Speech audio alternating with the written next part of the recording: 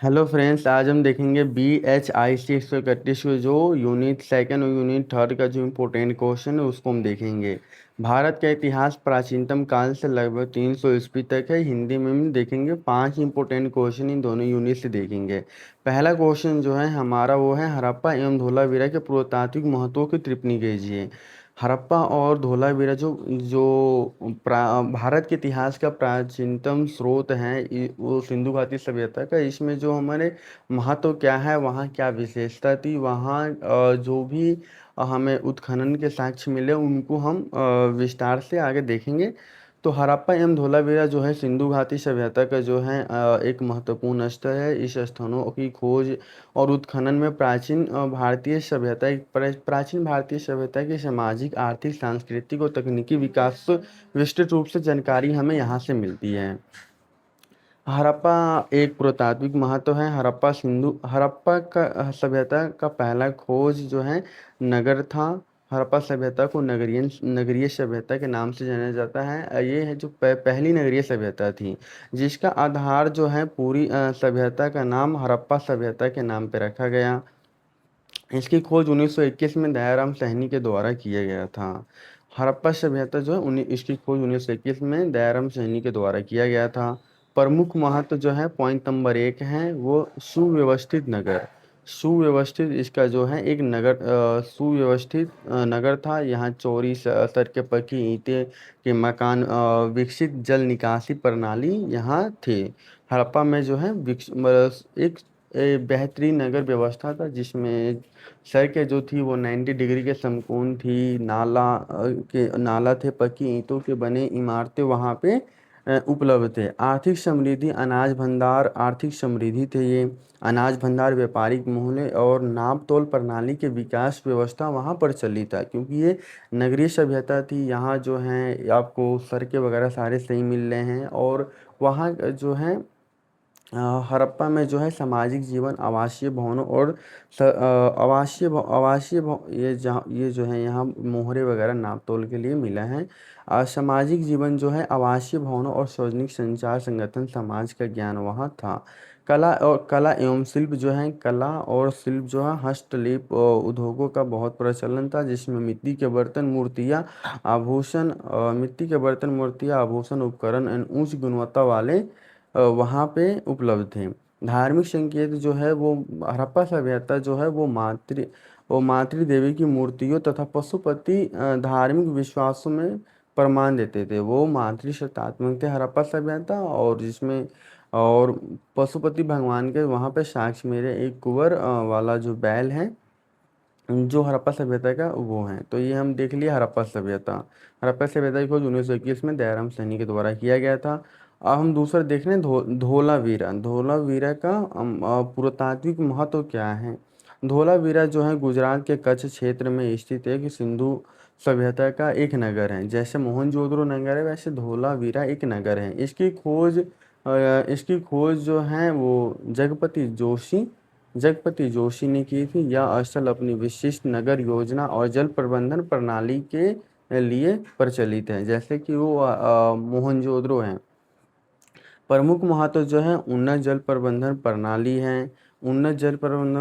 है। विशिष्ट नगर संरचना है। जो मोहनजोदड़ो में है अप्रोक्स 90% वो सारे सेम है, क्योंकि दोनों एक नगरीय व्यवस्था का महत्वपूर्ण नगर माना जाता है, सिटी माना जाता है।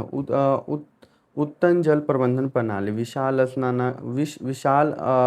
विशाल जलाशय, बांध, जल संरक्षण प्रणाली वहाँ पे है। विशिष्ट नगर संरचना, नगर में 3 भागे होते हैं: मध्य नगर और निचले नगर। दुर्ग में जो है वो धनी लोग रहते थे, और जो है मध्य में जो है वो व्यापारिक लोग रहते थे, और नीचे जो है आपको ये निम्न लोग रहते थे। ये जो है समाज का विभाजित था नगरों में ऐसे।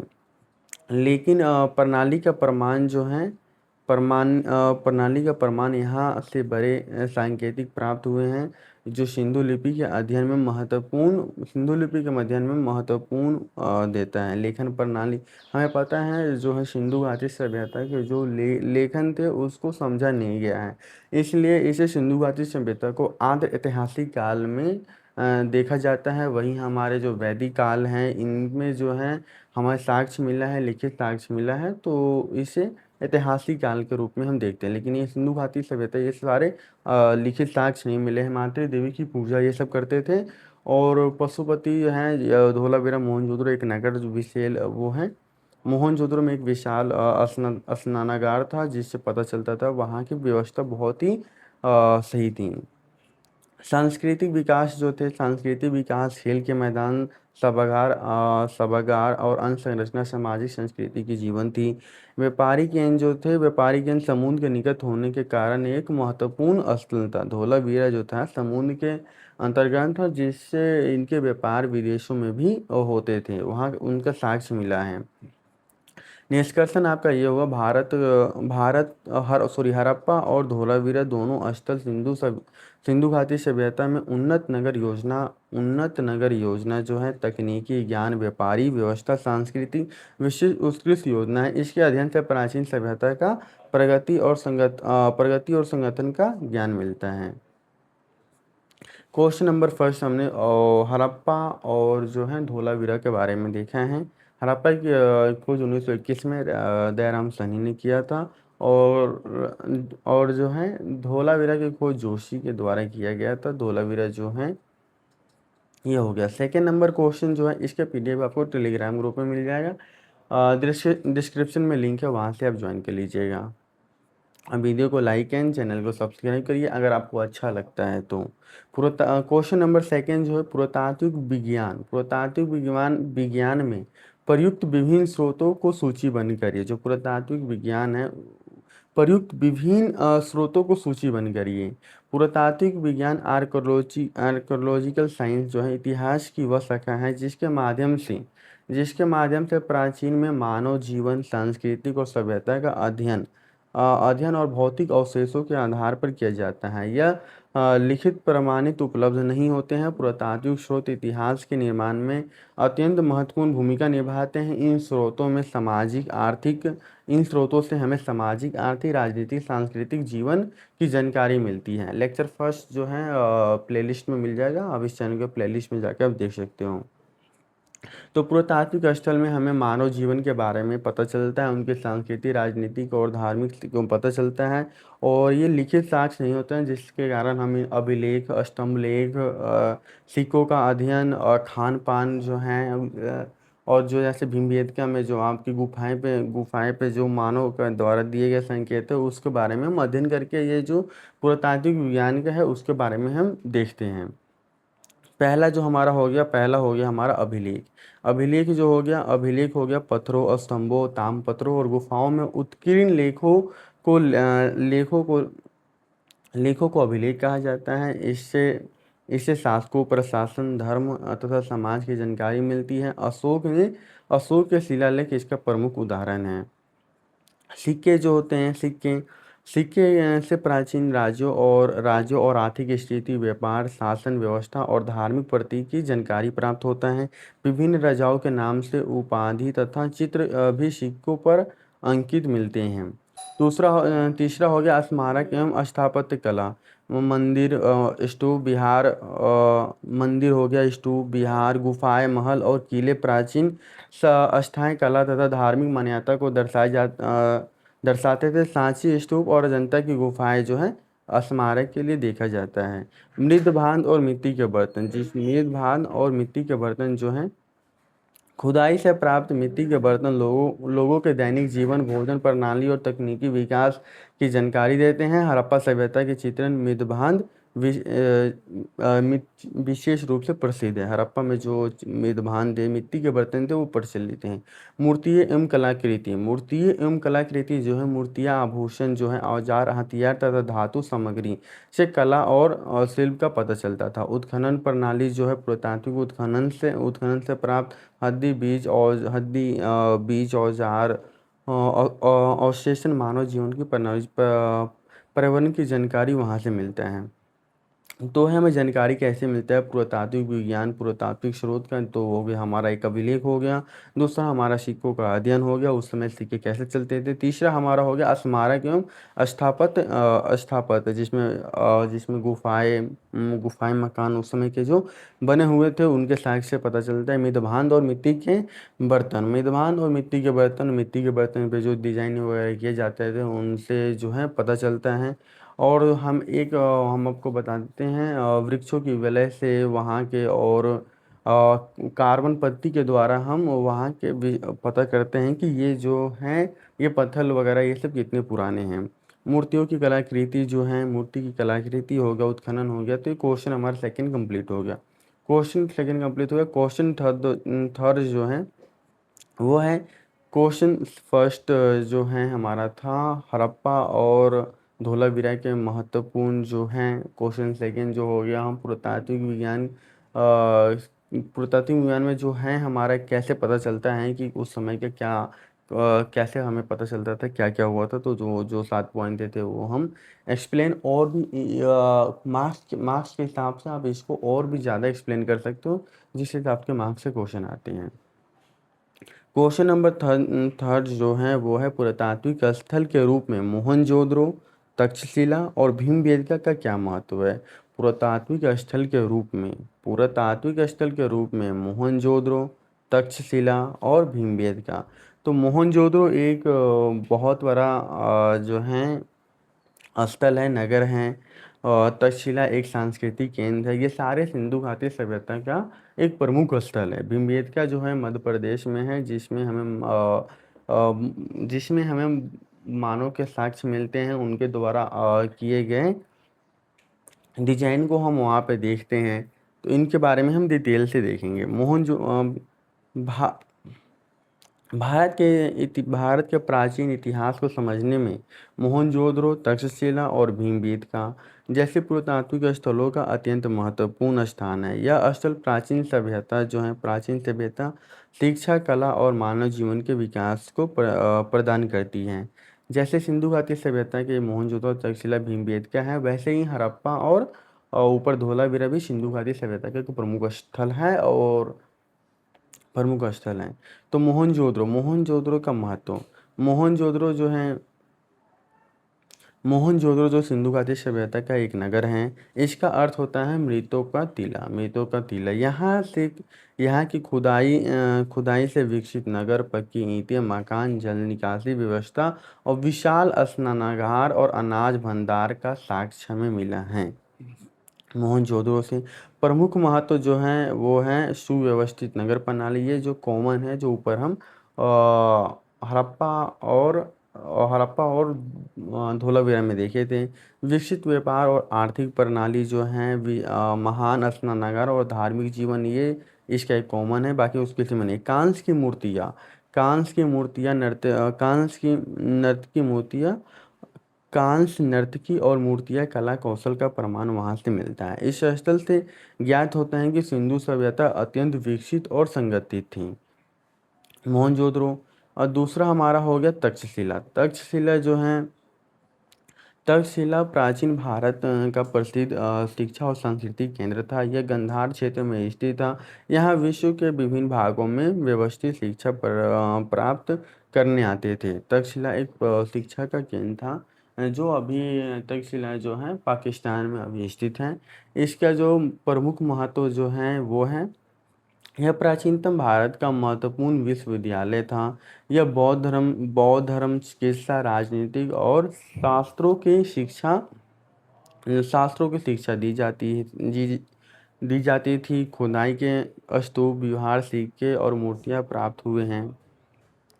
यह भारतीय यूनानी और मध्य एशिया संस्कृति के संगम का केंद्र था। तक्षशिला से प्राचीन शिक्षा प्रणाली संस्कृति आदान प्रदान की जानकारी वहाँ से हमें मिलती है। तक्षशिला से ये जो है इसमें जो भी आपको शिक्षा वगैरह हैं और राजनीतिक धार्मिक और सभी प्रकार की शिक्षाएं प्रदान की जाती थी। इसका जो है इस यहाँ से हमें स्तूप और सिक्कों का जानकारी मिलता है। तीसरा जो हमारा भीमबेटका है, भीमबेटका की भीमबेटका जो है प्रागैतिहासिक शैल प्रसिद्ध है। यहाँ की गुफाएं में प्राचीनतम मानव बनाए गए चित्रों का प्रमुख पता चलता है। इसका जो प्रमुख महत्व है, यह प्रागैतिहासिक मानव जीवन का प्रागैतिहासिक मानव जीवन का जो है प्रमाण यहाँ से मिलता है। गुफा चित्र से शिकार, नृत्य और सामाजिक जीवन की जानकारी मिलती है। भीमबेटका की गुफाएं, यहाँ यहाँ जो है पाषाण युग की संस्कृति का अवशेष मिलते हैं। यह मानव कला के प्रारंभिक विकास को दर्शाया जाता है।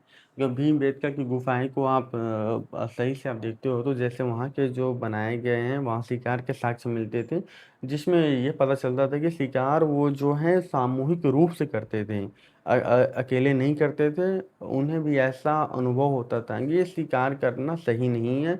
उनके मूर्तियों को देखने उनके जो साक्ष्य है उससे हमें ये पता चलता है। जो इसका कंक्लूजन है, निष्कर्षण है, इसको एक बार आप देख लीजिए, जिससे आपको सारांश उस क्लियर हो जाएगा।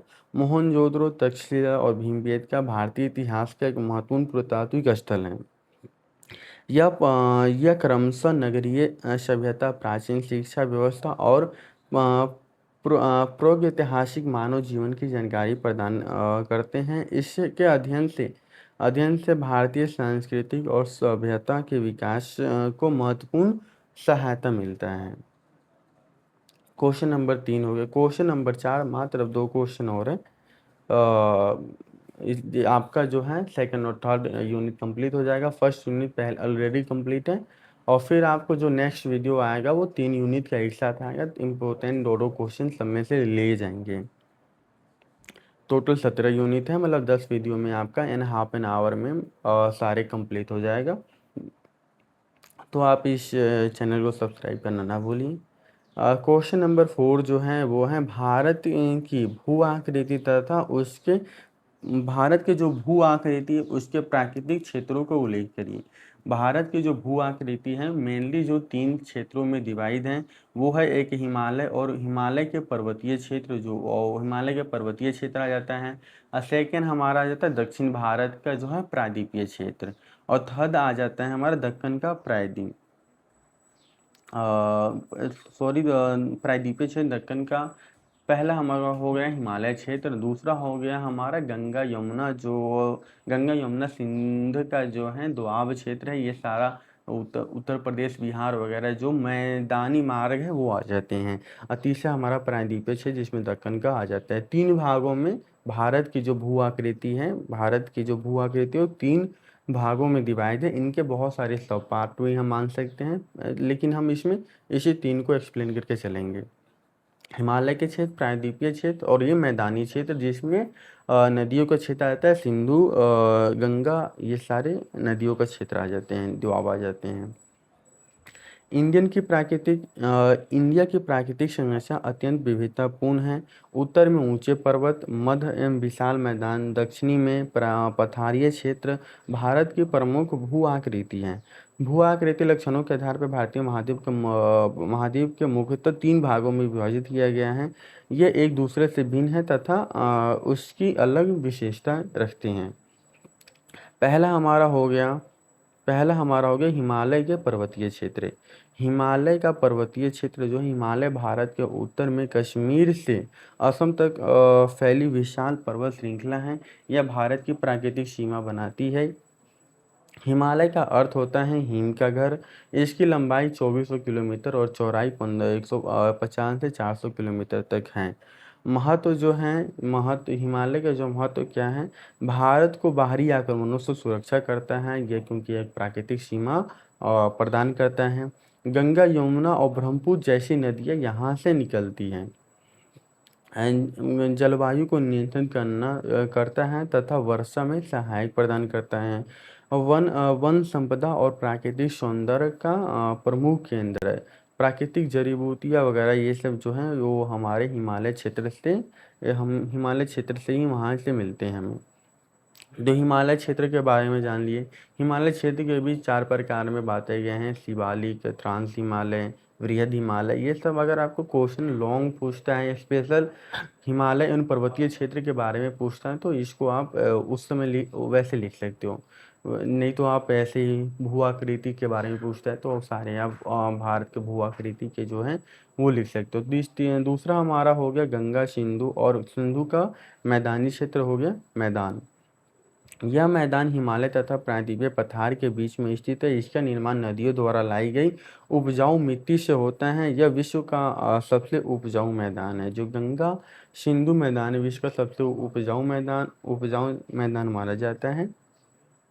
इसका महत्व जो है वो है इसका महत्व जो है कृषि के लिए अत्यंत उपयुक्त क्षेत्र होता है, क्योंकि यहाँ जो है मिट्टियाँ जलोढ़ मृदा के होते हैं। यहाँ पानी की कमी नहीं होती है। यहाँ जो है नदियों में जो है नदियों के आसपास प्रमुख शहर बसे हुए हैं, जिनसे बहुत सारे औद्योगिक क्रियाएं ये सब होता है। आप एक्सप्लेन कर सकते हो इसको बिहाफ ऑफ क्वेश्चन की क्वेश्चन कितने मार्क्स का है, कितने वर्ड में लिखना है, मोस्ट इंपोर्टेंट वर्ड होता है। प्राचीन सभ्यता और नगरों की विकास इसी क्षेत्र से मिलती है। जनसंख्या का घनत्व तो अधिक होता है। व्यापार और यातायात के अनुकूल क्षेत्र होते हैं। तीसरा हमारा हो गया प्रायद्वीपीय पठार। प्रायद्वीपीय पठार जो हो गया वो साउथ इंडियन की तरफ आ जाता है। पठार का क्षेत्र हमारा आ जाता है। भारत के दक्षिणी भाग में स्थित यह पठार प्राचीनतम कठोर चट्टान से निर्मित है। इसे दक्कन का पठार भी कहा जाता है। इसका क्षेत्रफल लगभग 1600 वर्ग किलोमीटर में फैला हुआ है। प्रमुख विशेषता यह अरावली विंध्य सतपुरा जैसी पर्वत श्रेणी में स्थित है। अरावली विंध्य सतपुरा जैसी पर्वत श्रृंखला में स्थित है। और जो विंध्य जो है और सतपुरा, इनके बीच में नर्मदा और ताप्ती जैसी नदियाँ बहती हैं। ये इनका निर्माण करता है। नर्मदा और ताप्ती नदियाँ बहती है। यह क्षेत्र खनिज संपदा से संपन्न है। यहाँ जो कोयला यूरेनियम वगैरह के साक्ष्य नहीं, यहाँ अवशेष मिलते हैं और यहाँ से मतलब खनन में बहुत महत्वपूर्ण है। काली मिट्टी और कपास के लिए उपयुक्त है। काली मिट्टी जो है वो कपास के लिए महत्वपूर्ण माना जाता है। काली मिट्टी को रेगू मृदा भी कहते हैं। तो निष्कर्षण इसका हो गया, भारत में विभिन्न भू आकृति और प्राकृतिक क्षेत्रों ने यहाँ की सभ्यता, संस्कृति, कृषि तथा आर्थिक विकास को गहराई से प्रभावित किया है। पर्वत, मैदान और पठार जैसी विशेषताएं ने भारत के इतिहास और मानव जीवन के विकास में महत्वपूर्ण भूमिका निभाई है। लास्ट क्वेश्चन है फ्रेंड्स, अप्रोक्स 22 मिनट हो गए। 5 से 6 मिनट में ये क्वेश्चन भी आपका हो जाएगा। तो आप नेक्स्ट वीडियो आप ज़रूर देखिएगा। शाम तक आपको 2 वीडियो आ जाएंगे, जिसमें आपको 3 यूनिट का आपको अब उसमें क्वेश्चन आएंगे। क्वेश्चन ये जो है, मगध के उत्थान की उत्तरदायी प्राकृतिक विशेषताओं की उल्लेख करिए। क्वेश्चन नंबर 5 जो है, मगध के उत्थान की उत्तरदायी प्राकृतिक विशेषताओं का उल्लेख करिए।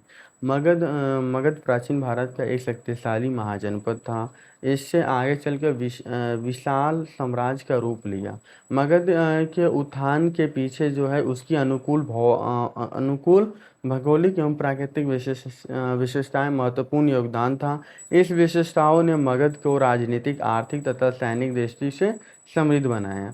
मगध के उत्थान की प्राकृतिक विशेषता है कि यह एक उपजाऊ भूमि है। मगध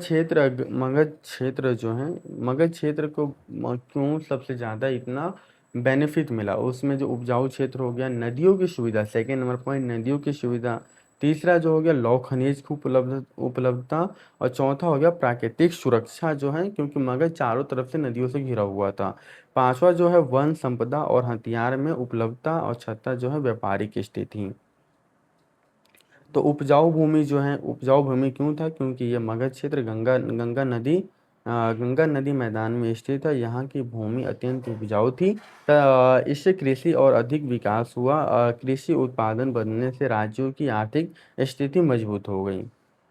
नदियों की सुविधा हमने गंगा रिवर देख लिया, उपजाऊ भूमि वगैरह ये सब हो गया। मगध आपस में गंगा, सोन, चंपा, फल्गु जैसी नदियों में बहती थी। इन नदियों में सिंचाई, व्यापार तथा यातायात में अत्यंत उपयोगी था। जल मार्गों का कारण व्यापार में समृद्धि हुई। क्वेश्चन नंबर 3 जो लौह खनिज। लौह खनिज जो है लौह खनिज जो है मगध के निकट झारखंड क्षेत्र में जो लौह अयस्क की प्रचुर मात्रा उपलब्ध थी। लौह के औजारों और हथियारों बनाने में कृषि तथा सेना दोनों की जो है महत्वपूर्ण, दोनों मजबूत हुए। चौथा जो है प्राकृतिक सुरक्षा। प्राकृतिक सुरक्षा जो है मगध चारों ओर से पहाड़ों और नदियों से घिरा हुआ था। राजगीर की पहाड़ियाँ इससे बाहरी आक्रमणों की सुरक्षा प्रदान करते थे। इसकी शत्रुओं के लिए मगध का आक्रमण करना बहुत कठिन हो गया था। यह हो गया भौगोलिक स्थिति। और मगध के जो शासक थे वो भी एक कुशल शासक बने, जिसमें आपका हो जाता है मगध में चंद्रगुप्त मौर्य जैसे शासक जो कौटिल्य के प्रधानमंत्री थे। उनके जो है राजत्व के सिद्धांतों को पालन करके एक मगध पे एक विशाल शासन स्थापित कर पाया। लेकिन वो ठीक हो गया। क्वेश्चन पॉइंट 5 हो गया वन संपदा और हथियारों की उपलब्धता। मगध के आसपास घने वन थे और जंगले, पहाड़ी, नदियाँ थी, उपजाऊ जमीनें थे। यहाँ लकड़ी और अन्य वन उत्पादक प्राप्त होते थे। यहाँ हथियारों की भी अधिकता थी, जिसका उपयोग युद्ध में किया जाता था। वन संपदा और हथियार की उपलब्धता। छठा नंबर पॉइंट है मगध की स्थिति उत्तर भारत से प्रमुख व्यापार मार्गों पर भी था। इससे व्यापारिक और आर्थिक समृद्धि में वृद्धि हुई थी। निष्कर्ष इसका यह हो गया, कंक्लूजन आपका ऊपर हो होगा। मगध का उत्थान उसकी उपजाऊ भूमि, नदियाँ, लौह अयस्क, खनिज, प्राकृतिक सुरक्षा और व्यापारिक स्थिति का महत्वपूर्ण योगदान था। इसकी प्राकृतिक विशेषता का कारण मगध प्राचीनतम भारत का सबसे शक्तिशाली राज्य बन पाया। Thank you friends, unit second and third खत्म हो गया। नेक्स्ट वीडियो देखने के लिए इस वीडियो को लाइक करिए, चैनल को सब्सक्राइब करना ना भूलिए। Thank you friends.